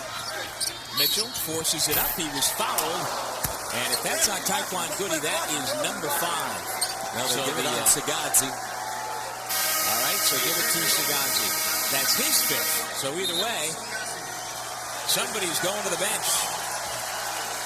Shot clock winding down. Mitchell forced to give it up. And obviously it's on Sagazzi, who is done for the night. The junior from Paris, France, played his high school ball in MAAC. Heads to the bench after picking up his 5th foul. Tim O'Toole will certainly take some time to figure out who he's going to put in. Van Scoik will be the substitution. Van Scoik, a guy that can step out and knock down threes. Gives him another shooter to attack against the zone. Sagazzi takes a seat with 9 points. Mitchell around the rim and out. So he has not been able to finish the job at the line.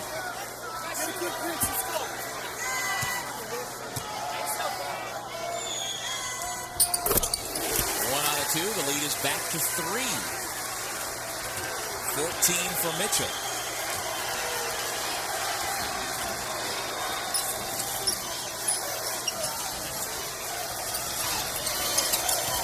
Goody's pass. Unable to be handled by Thompson.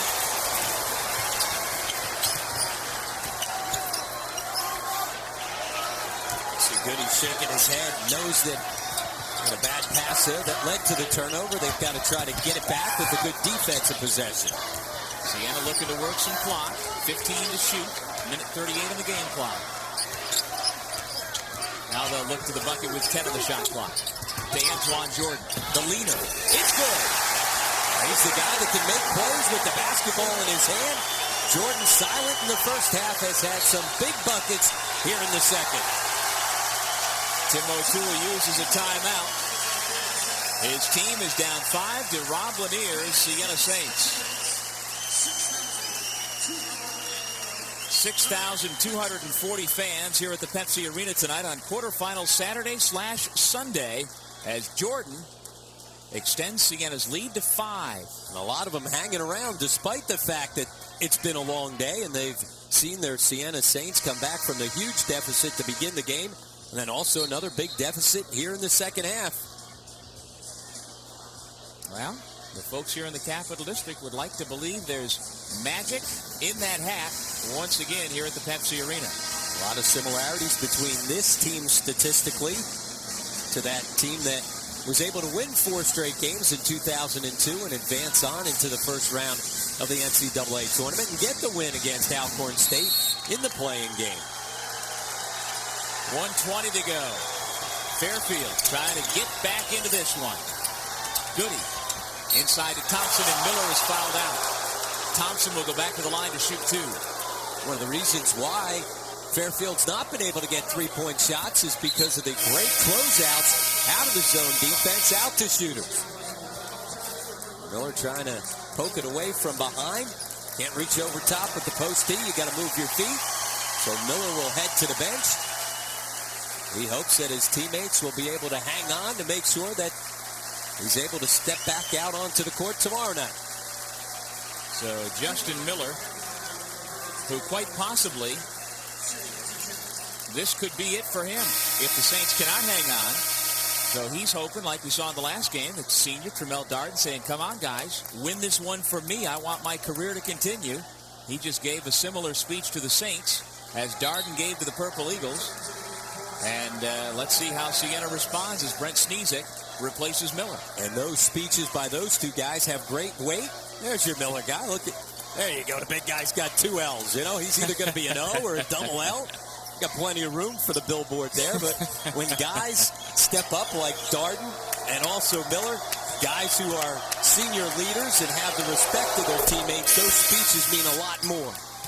Meanwhile, Thompson, a senior leader as well, with 17 points.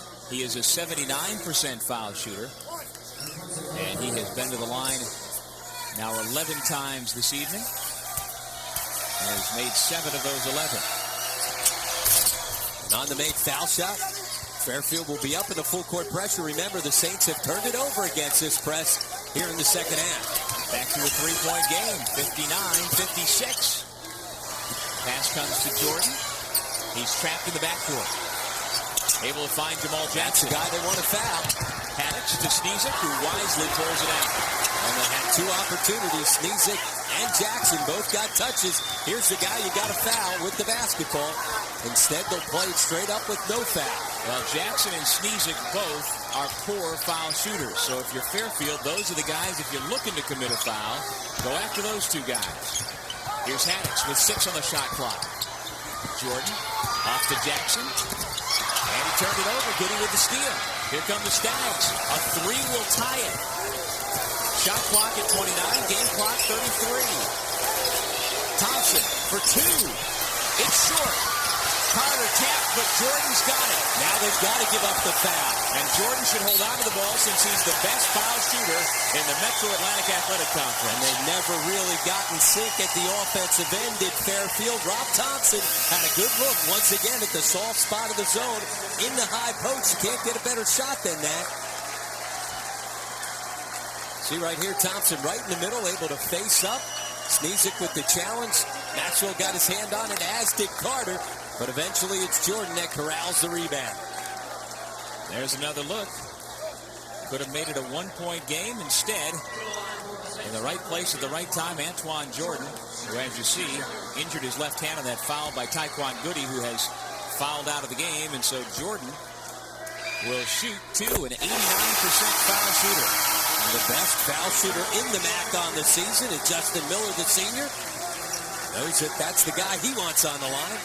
Sneezek comes out, poor foul shooter, good substitution. Get him out of the game.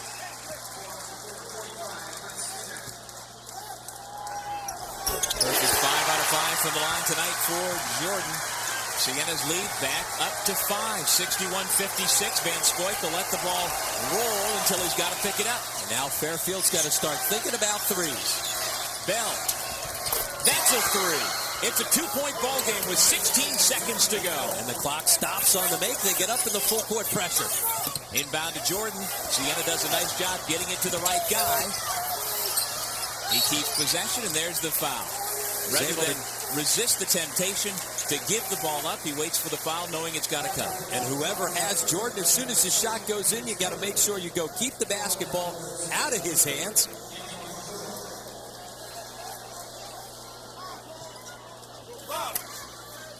Our Pepsi player of the game is Tommy Mitchell. 15 points, big spark in the second half. Pepsi, it's the cola. There's Mr. Mitchell. And Jordan comes up short. Can you say overtime? So now this is a huge free throw. The score in the arena is 61-59. It's a 2-point Siena lead. Now 62-59.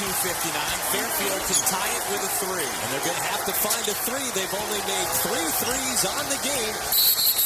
Van Scoik calls a timeout, and with 8.4 seconds to go, Tim O'Toole's going to go to the diagram. He'll take the full timeout to set up sideline out of bounds. And then once the basketball's inbounds, you've got to find a three-point shot. As we've said, that's been a struggle all game long. Just 3 threes on the evening for Fairfield, reminiscent of their game here where they lost to Siena when they shot just 3 of 12 from beyond the three-point line. Rob, as you know, this copyrighted telecast for the Metro Atlantic Athletic Conference may not be retransmitted, reproduced, or rebroadcast without the express written consent of the MAAC and MAAC Properties, a division of Host Communications. And keep in mind here, Fairfield has lost 2 of its primary perimeter players. When you're looking for a 3, you don't want to have to go to somebody who's not used to taking big shots like this. No, Van Scoik, a good outside shooter, but he's only got 6 threes on the season coming in. Bell's the guy with 40% from beyond the three-point line.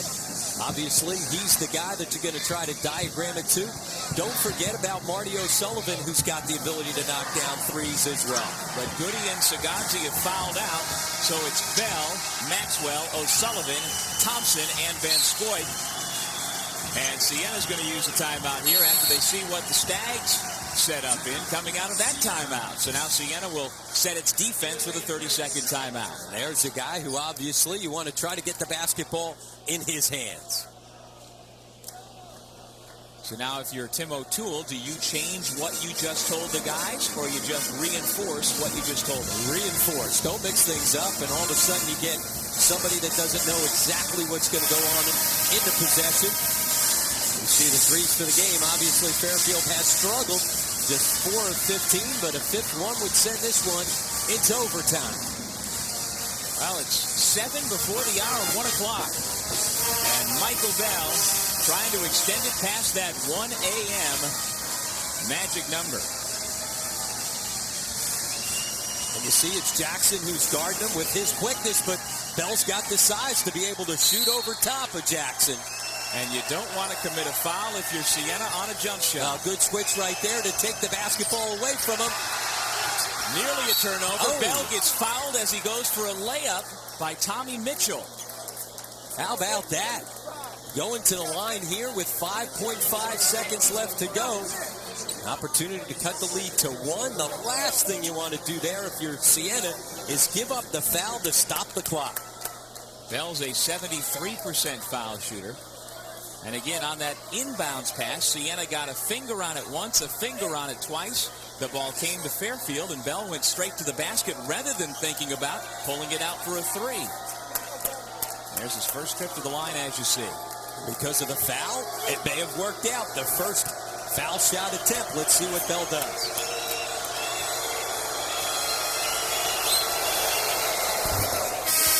It's a 2-point ball game. Now, obviously, Bell's got to make this foul shot, and then they've got to get up in the full court pressure. They've not been able to keep the basketball out of Jordan's hands. Siena's done a good job of inbounding into their best foul shooter.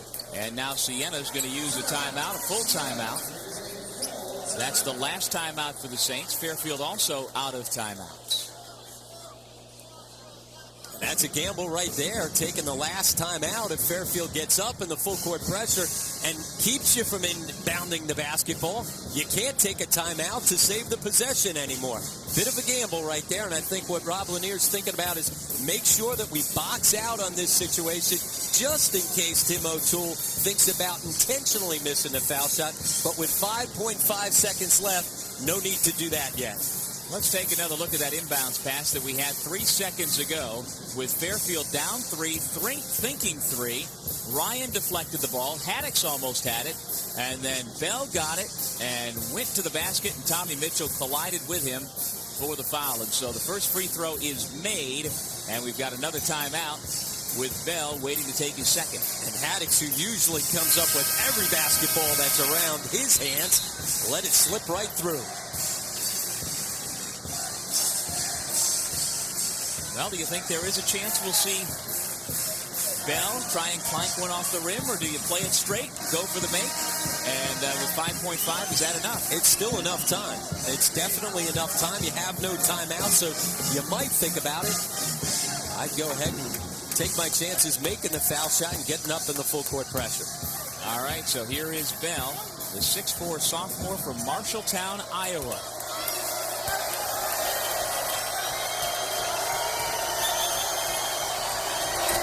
It's a one-point game, and now Siena's got to get the inbound.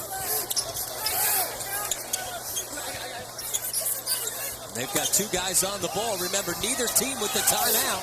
There's the inbound to Mitchell. Down to 4.4 seconds on the clock. And now Tommy Mitchell, who has struggled here in the second half of the line, will get another chance for two more. The Stags able to keep the basketball out of Jordan's hands for the first time in the last two inbounds against the full court pressure. Tommy Mitchell, 81% on the year, 7th best in the conference, but you see only 7 out of 12 tonight.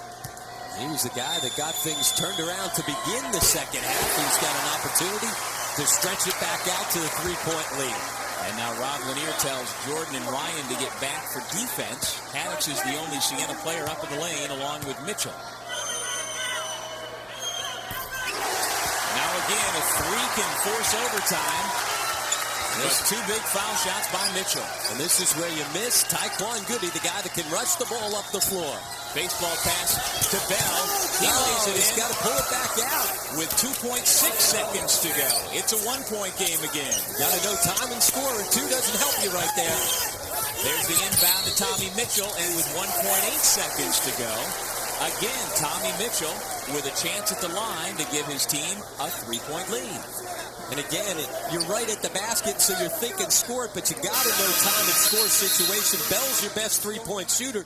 Dribble it out and give yourself a chance with the three. And so Mitchell, who moments ago hit 2, gets 2 more. He has 16 points to lead the Saints. He was the spark as he started the second half after coming off the bench in the first half. Some confusion about who the foul was on. If it's on Van Scoyt, that's his 5th. And so Van Scoyt, having scored just 3 points, is being told, you are done. And Tim O'Toole doesn't like it. No, he doesn't like it because, again, Van Scoyt, one of their three-point shooters, even though he hasn't shown that here in his freshman year, a guy that can knock down deep shots. So bring in Marty O'Sullivan.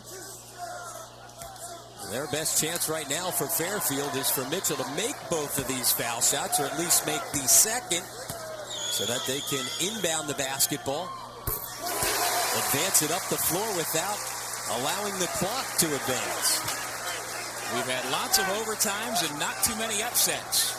But Siena's trying to get the first upset here tonight. If we get one here now, it'll be one wild finish. Here we go.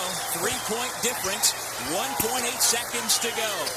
Carter, the baseball pass. It's deflected. Bell. He's got a chance. Oh, my. Siena hangs on for a come-from-behind victory, and the Saints march into the semifinals. Tommy Mitchell, our Pepsi player of the game, with 18 points. He was the spark. In the second half, he buried 4 huge free throws at the end, and Siena escapes here on its home floor. Survive and advance. We nearly had ourselves a third overtime. That ball had a chance. Terrific comeback by the Siena Saints. The change from the man-to-man defense to the zone was the key for the Saints. They once again did it with their defense. Great finish to a great day of basketball here today. And we take another look. Bell got a tremendous look and just couldn't knock it down. And with that, Tommy Mitchell and the Saints can breathe a sigh of relief. They are into the Final Four. And they are the first team that's the lower seed that pulls off the upset. Everything was planned for Justin Miller. And so the Saints come from behind. They trailed by 16 in the first half, yet they're still alive. That's going to do it.